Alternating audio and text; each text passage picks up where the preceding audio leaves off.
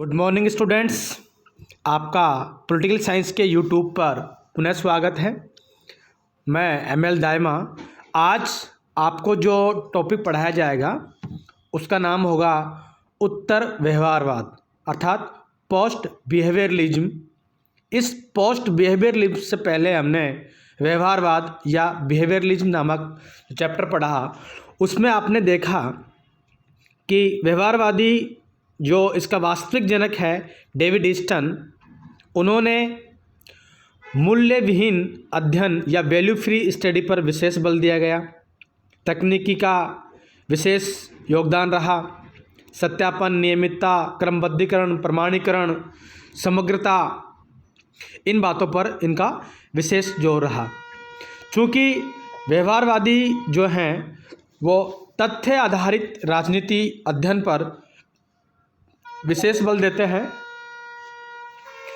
तथ्य आधारित राजनीति के साथ साथ उत्तर व्यवहारवाद के जनक भी डेविड ईस्टन ही है।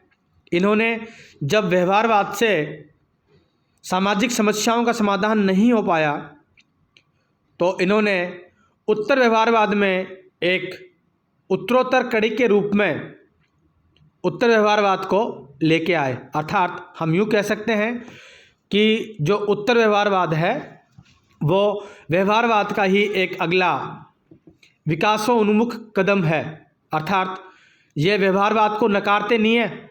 व्यवहारवाद में कुछ कमियां हैं, उन कमियों को सुधार करके उत्तर व्यवहारवाद के रूप में एक नया कंसेप्ट हमारे सामने प्रस्तुत करते हैं।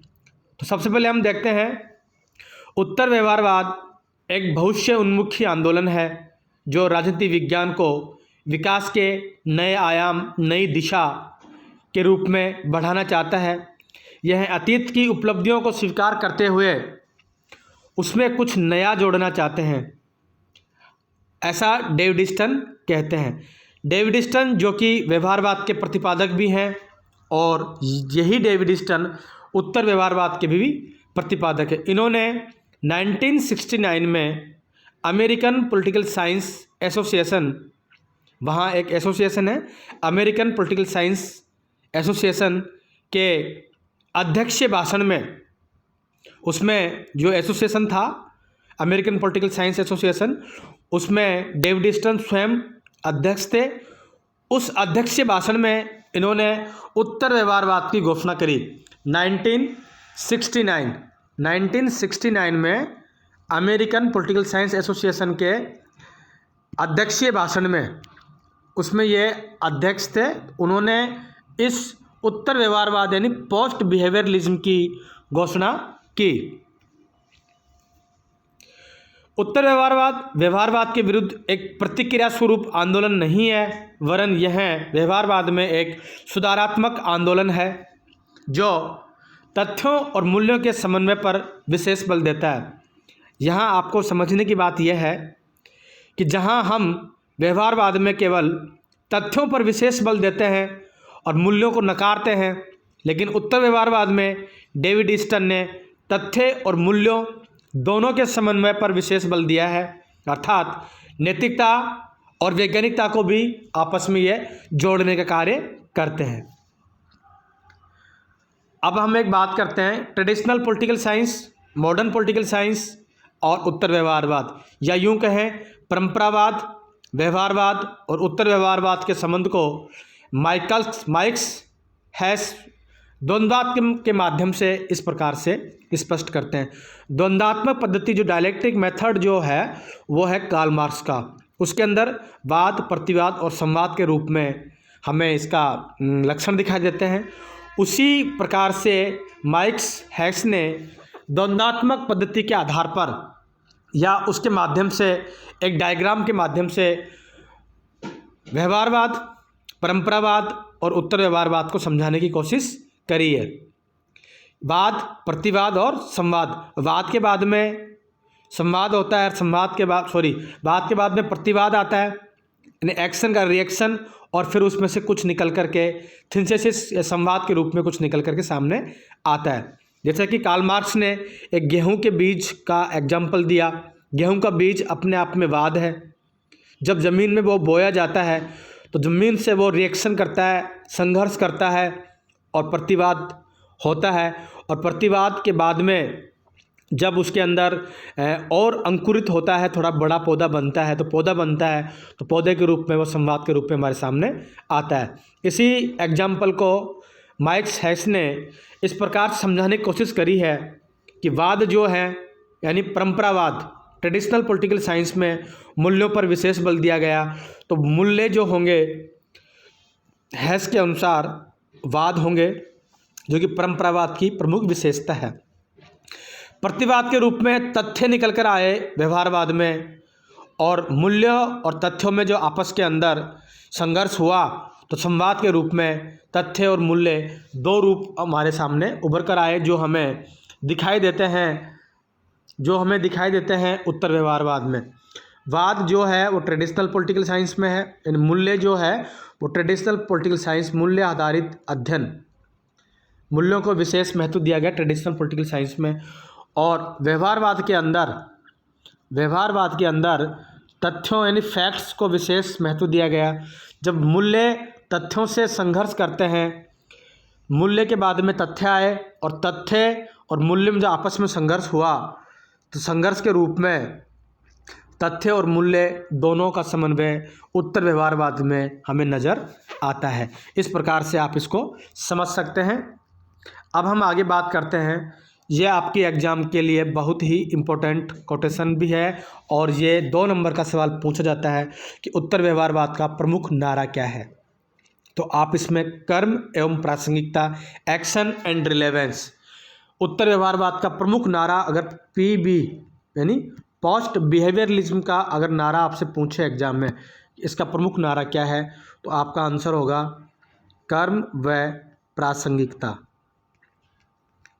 इसको इंग्लिश में बोलते हैं एक्शन एंड रिलेवेंस।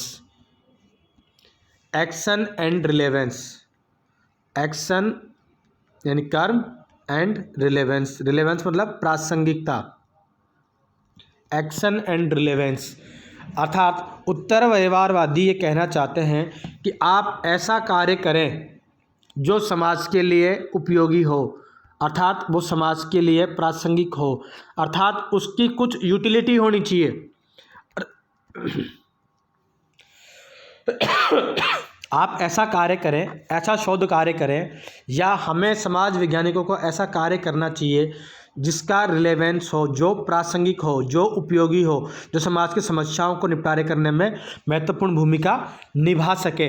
तो उत्तर व्यवहारवाद का नारा हुआ एक्शन एंड रिलेवेंस या कर्म एवं प्रासंगिकता। यह जो कर्म लिखा हुआ है ये वाला कर्म आएगा इसमें, ये वाला कर्म यानी कार्य और प्रासंगिकता, मतलब कार्य ऐसे होने चाहिए जो बिल्कुल प्रासंगिक हों, जो समाज की समस्याओं को समाधान करने में सहायक हों। ये वाला इसमें यूँ कर लें आप इसको। व्यवहारवाद का प्रमुख नारा हो गया एक्शन एंड रिलेवेंस। अब हम ये देखने की कोशिश करते हैं कि उत्तर व्यवहारवाद क्यों आया। जब पहले ट्रेडिशनल पॉलिटिकल साइंस था, फिर मॉडर्न पॉलिटिकल साइंस आ गया, उसी मॉडर्न पॉलिटिकल साइंस के एरे में या युग में व्यवहारवाद आया, और फिर व्यवहारवाद के बाद में उत्तर व्यवहारवाद की क्या आवश्यकता हुई कि उत्तर व्यवहारवाद को लाना पड़ा। तो उत्तर व्यवहारवाद के उदय के कुछ कारण हैं जो मैं आपको बताने की कोशिश करता हूँ। व्यवहारवादियों के द्वारा मूल्य की उपेक्षा की गई थी, क्योंकि व्यवहारवाद में केवल और केवल तथ्यों पर विशेष बल दिया गया था। तो मूल्यों की विशेष इसके अंदर जो विशेष उपेक्षा हुई मूल्यों की, क्योंकि तथ्यों पर विशेष बल दिया गया। दूसरा कारण इसका जो है, व्यवहारवादी के द्वारा तथ्यों और वैज्ञानिकता पर अत्यधिक बल दिया गया, जिससे राजनीति विज्ञान का अध्ययन नीरस बन गया। अर्थात हम यूँ कह सकते हैं कि तथ्यों और वैज्ञानिकता पर ज़्यादा ध्यान देने की वजह से पॉलिटिकल साइंस का जो अध्ययन था वो नीरस हो गया। नव परंपरावादियों द्वारा, जो लियो स्ट्रॉस नव परंपरावादी मैंने आपको बताया था कल, लियो स्ट्रॉस जो नव परंपरावादी है, उनके द्वारा व्यवहारवाद की कटु आलोचना की गई और इसके फलस्वरूप उत्तर व्यवहारवाद का उदय हुआ। 1969 में डेविड ईस्टन द्वारा, स्वयं डेविड ईस्टन जो कि व्यवहारवाद के जनक हैं, उनके द्वारा ही उत्तर व्यवहारवाद का शंखनाद किया गया। और शंखनाद कहाँ किया गया? अमेरिका में किया गया, जब अमेरिकन पॉलिटिकल साइंस एसोसिएशन का एक कॉन्फ्रेंस चल रही थी, उसके अंदर डेविड ईस्टन अध्यक्ष थे। और उसी अध्यक्ष भाषण में इन्होंने कहा कि हमें व्यवहारवादियों से उत्तर व्यवहारवादी बनना पड़ेगा, अर्थात हमें तथ्यों के साथ साथ मूल्यों की पुनः स्थापना करनी होगी। अब जैसा कि मैंने आपको कल बताया कि व्यवहारवाद की 8 विशेषताएं होती हैं, जैसा एक फॉर्मूला बताया था मैंने आपको, PQRST, वेरी वेरी इम्पोर्टेंट। इसमें यह 8 विशेषताएं समाहित हैं, लेकिन उत्तर व्यवहारवाद के अंदर केवल 7 विशेषताएं हैं। पहले वाले में ज़्यादा 8 हैं और दूसरे वाले में 7 विशेषताएं हैं। तो पहली विशेषता हम देखते हैं, प्रविधि यानी टेक्नोलॉजी अर्थात तकनीकी से पूर्व सार विषय पर विशेष ध्यान देना चाहिए। सामाजिक परिवर्तन पर बल दिया गया है कि जिस प्रकार से समाज परिवर्तनशील है, बदलता रहता है, उसी प्रकार से हमारे अध्ययन सामग्री भी होनी चाहिए। सामाजिक समस्याओं के निदान पर बल दिया गया है। मूल्यों की महत्वपूर्ण भूमिका अर्थात मूल्यों की पुनः स्थापना की गई है। कर्म व प्रासंगिकता पर विशेष बल दिया गया, कर्मनिष्ठ विज्ञान की बात करी गई है। बुद्धिजीवियों की भूमिका और विषय का राजनीतिकरण या व्यवसायीकरण जो बात की गई है, इसमें ये इसकी प्रमुख विशेषताएं हैं। अब इन विशेषताओं का हम डिटेल वाइज भी अध्ययन करने की कोशिश करते हैं।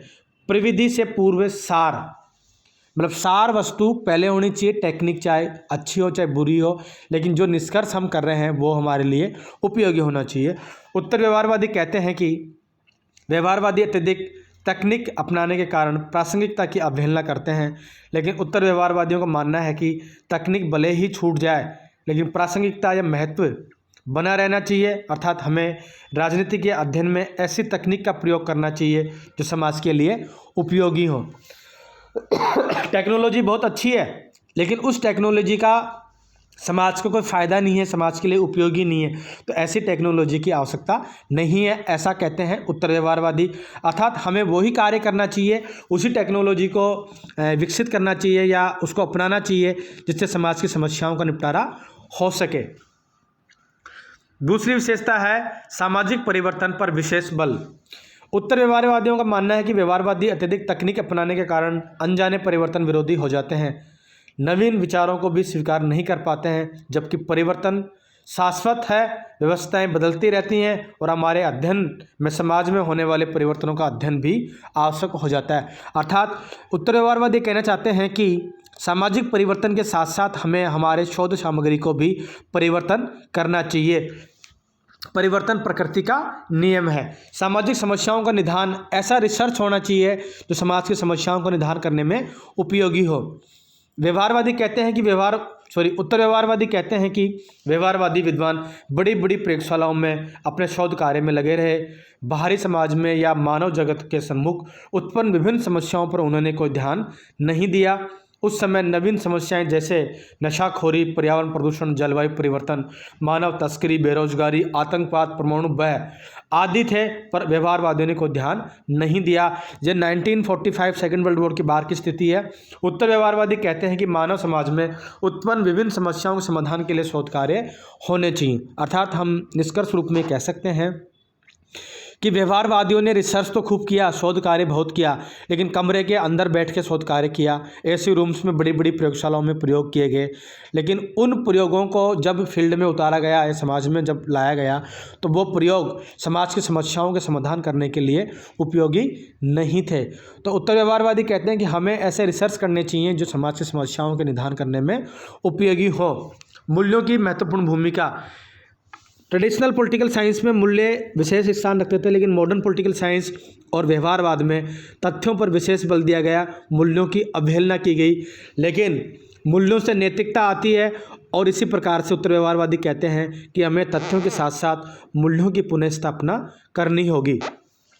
उत्तर व्यवहारवादी राजनीति शास्त्र में मूल्यों की महत्वपूर्ण भूमिका को स्वीकार करते हैं। वे कहते हैं कि हमें तथ्य और मूल्यों के समन्वय पर विशेष बल देना चाहिए, क्योंकि राजनीति शास्त्र एक समाज विज्ञान है, न कि भौतिक विज्ञान जैसे कि रसायन शास्त्र है, जूलॉजी, बायोलॉजी है। इसलिए अध्ययनकर्ता के मूल्य सम्मिलित हो जाते हैं जिन्हें नकारा नहीं जा सकता।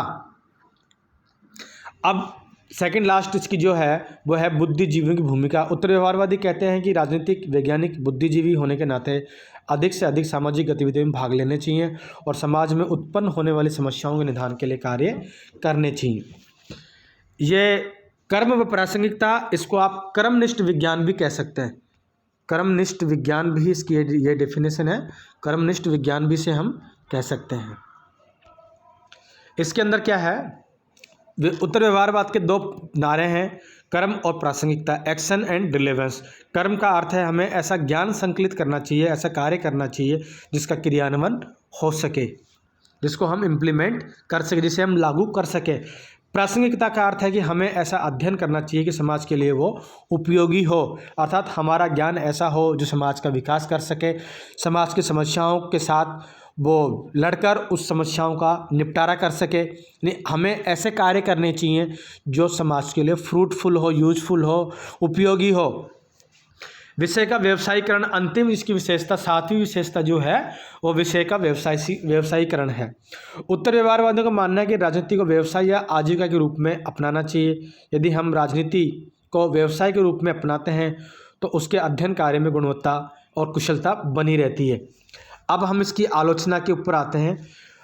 कुछ आलोचक ऐसे हैं जो कहते हैं कि उत्तर व्यवहारवाद अमेरिकी फ़र्क है। चूँकि ये उत्तर व्यवहारवाद, डेविड ईस्टन चूँकि अमेरिकी शिकागो विश्वविद्यालय के प्रोफेसर हैं, तो उत्तर व्यवहारवाद और व्यवहारवाद जो है या मॉडर्न पॉलिटिकल साइंस सारा का सारा अमेरिकी बेस एक उपागम है, क्योंकि इसमें अमेरिकी मूल्यों को महत्व दिया गया है। हिंज हुलायू जैसे व्यवहारवादी विद्वान कहते हैं कि उत्तर व्यवहारवाद में मूल्यों को अपनाकर वैज्ञानिकता को छोड़ दिया है, और वैज्ञानिकता को छोड़ने से जो निष्कर्ष निकलेंगे वो साइंटिफिक या अच्छे सिस्टमेटिक नहीं हो सकते, ऐसा हिंज हुलायू मानते हैं जो कि व्यवहारवादी हैं। अब लास्ट में स्टूडेंट्स इसका हम महत्व देखते हैं। वे उत्तर व्यवहारवाद ने राजनीतिक सिद्धांत के पालन के संबंधित वाद विवाद को